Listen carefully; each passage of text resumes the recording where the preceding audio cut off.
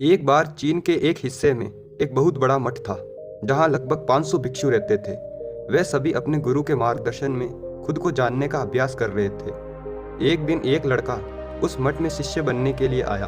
उसने मास्टर से कहा, मास्टर, मैं खुद को जानना चाहता हूँ। मैं सच की तलाश कर रहा हूँ। मैं पता लगाना चाहता हूँ कि सच क्या है। मास्टर ने उसकी ओर देखा और कहा, अगर तुम सच को जानना चाहते हो तो तुम्हें अपना पूरा जीवन दांव पर लगाना होगा। सच को जानना तुम्हारा पूरा जीवन लग सकता है। फिर भी इस बात की कोई संभावना नहीं है कि इस जीवन काल में तुम सच का पता लगेगा या नहीं। क्या तुम इसके लिए तैयार हो? शिष्य ने कहा, मास्टर, मैं यहाँ पीछे मुड़ने के लिए नहीं आया हूँ। मैं इसके लिए तैयार हूँ। गुरु ने कहा, अगर ऐसा है तो एक काम करो। इस मठ में 500 भिक्षु रहते हैं। तुम उनके लिए चावल कूटने का काम करो। बस सुबह से शाम तक चावल ही कूटते रहो। जब थक जाओ तो सोने चले जाओ। फिर अगली सुबह उठकर चावल कूटना शुरू कर दो। इसके अलावा कुछ और मत करना। किसी चीज़ के बारे में मत सोचना। बस इस रास्ते पर चलते रहना और दोबारा मेरे पास मत आना। ज़रूरत पड़ने पर मैं खुद तुम्हारे पास आऊँगा। उस लड़के ने गुरु के आदेश का पालन किया। चावल कूटना शुरू कर दिया। उस मठ में 500 शिष्य रहते थे। उन सभी को समय समय पर भोजन की आवश्यकता पड़ती थी, इसलिए वह सुबह जल्दी उठ जाता और देर रात तक चावल कूटता रहता। वह थक जाता तो उसी कमरे में सो जाता जहां वह चावल कूटता था।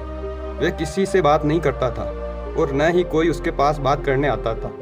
कुछ महीने तक चावल कूटते कूटते हुए उसके मन में पुराने विचार आते रहे, लेकिन जब उन विचारों को कोई नया विषय नहीं मिला तो वे अपने आप ही मिट गए। धीरे धीरे उसके मन में विचार कम होने लगे। कुछ सालों के बाद वह अपना नाम तक भूल गया। वह हमेशा चुप रहता और विचारहीन अवस्था में बस चावल कूटता रहता। उसने ना तो कभी कोई ध्यान किया था और ना ही कभी कोई शास्त्र पढ़ा था। मठ के बाकी शिष्य उसे मूर्ख समझते थे। ऐसा करते हुए 12 साल बीत गए। 12 साल बाद एक दिन मास्टर ने घोषणा की कि अब मेरा आखिरी समय आ रहा है और मुझे अपना उत्तराधिकारी चुनना है जो मेरे बाद इस मठ का मुखिया होगा। इसलिए मेरा कोई भी शिष्य जिसे लगता है कि उसे आत्म साक्षात्कार हो गया है और उसने खुद को जान लिया है, तो रात को मेरे दरवाजे के पास आकर इस दीवार पर कुछ पंक्तियां लिखे जिससे उसकी जिंदगी का सारा अनुभव समाया हो।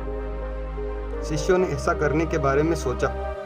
मठ के प्रमुख शिष्यों में से एक ने वहां जाकर कुछ पंक्तियां लिखी। उसे बौद्ध धर्म ग्रंथों का बहुत ज्ञान था। सभी शिष्यों को लगता था कि वह इस मठ का उत्तराधिकारी बन सकता है।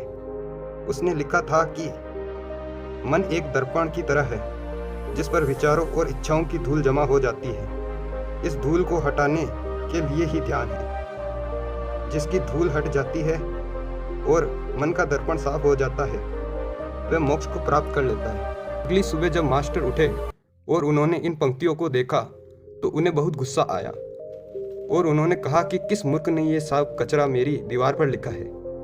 वो शिष्य जिसने ये लिखा था वह चुप रहा। हालांकि उसने तो पंक्तियां लिखी थी, वे ज्ञान से भरी थी, लेकिन ये सब किताबी ज्ञान था। वह शिष्य बहुत चालाक था। उसने पंक्तियां लिखी लेकिन नीचे अपने हस्ताक्षर नहीं किए, क्योंकि वह स्वयं इसके बारे में निश्चित नहीं था कि यह सही है या नहीं, क्योंकि उसे आत्म साक्षात्कार नहीं हुआ था। गुरु ने इन पंक्तियों को पूरी तरह खारिज कर दिया। ये देखकर सभी हैरान रह गए। ये घटना पूरे मठ में चर्चा का विषय बन गई। इस विषय पर बात करते हुए 2 शिष्य उस शिष्य के पास से गुजरे जो 12 साल पहले यहाँ आया था और दिन रात बस चावल कूटता रहता था। उनकी चर्चा सुनकर वे धीरे से हंस पड़ा। दोनों शिष्यों ने उससे पूछा कि तुम क्यों हंसे? उन दोनों की नज़र में ये चावल कूटने वाला बहुत ही तुच्छ भिक्षु था। किसी ने भी उसे ना तो कभी ध्यान करते देखा था और ना ही कभी कोई शास्त्र पढ़ते। हर कोई उसे मूर्ख समझता था। वह बस चावल कूटना ही जानता था। उस मठ में बहुत बड़े बड़े विद्वान थे, लेकिन उस चावल कूटने वाले को किसी से कोई मतलब नहीं था। इसलिए वे दोनों शिष्य उसे मुस्कुराता हुआ देखकर चकित रह गए। उन्होंने फिर उससे पूछा कि तुम क्यों हंसे। उसने जवाब दिया, मैं इसलिए हंसा क्योंकि मास्टर जी सही बोल रहे हैं। ये सभी पंक्तियाँ कचरा है, इन पंक्तियों का कोई मतलब नहीं है। वे दोनों शिष्य चौंक गए। उन्होंने उससे पूछा कि क्या तुम कुछ ऐसी पंक्तियाँ लिख सकते हो जो इससे बेहतरीन हो। चावल पीसने वाले ने जवाब दिया, नहीं, क्योंकि मैं अनपढ़ हूँ, लेकिन हाँ, मैं कुछ पंक्तियाँ कह सकता हूँ, और अगर तुम इन पंक्तियों को लिख सकते हो तो मैं तुम्हारे साथ जाने के लिए तैयार हूँ। उन दोनों शिष्यों ने कहा, ठीक है। वे मास्टर जी के कमरे के पास गए और चावल कूटने वाले ने कुछ पंक्तियाँ बोली और दूसरे शिष्यों ने उसे दीवार पर लिख दिया और उन पंक्तियों के नीचे लिख दिया, चावल कूटने वाला। उन्हें लगा मास्टर इस पर भी गुस्सा करेंगे। जो पंक्तियाँ उसने लिखने के लिए कहा था वे बहुत ही अद्भुत थी। वे पंक्तियाँ थी, मन तो बस एक भ्रम है, न तो मन है और न ही मन का कोई दर्पण है, और जब मन का कोई दर्पण ही नहीं तो धूल कहाँ ठहरेगी। जो ये जानता है वो सच को जान गया। बस गुरु ने इन पंक्तियों को देखा तो वे आधी रात को उठे और उस चावल कूटने वाले के पास गए। वो सो रहा था। मास्टर ने उसे जगाया और कहा, ये लो मेरी छड़ी और मेरे वस्त्र ले लो।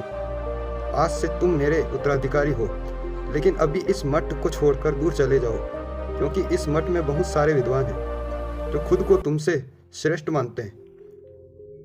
वो तुम्हें मार देंगे, क्योंकि वे इस बात को बर्दाश्त नहीं कर सकते कि एक साधारण सा चावल कूटने वाला उनसे ज़्यादा विद्वान निकला।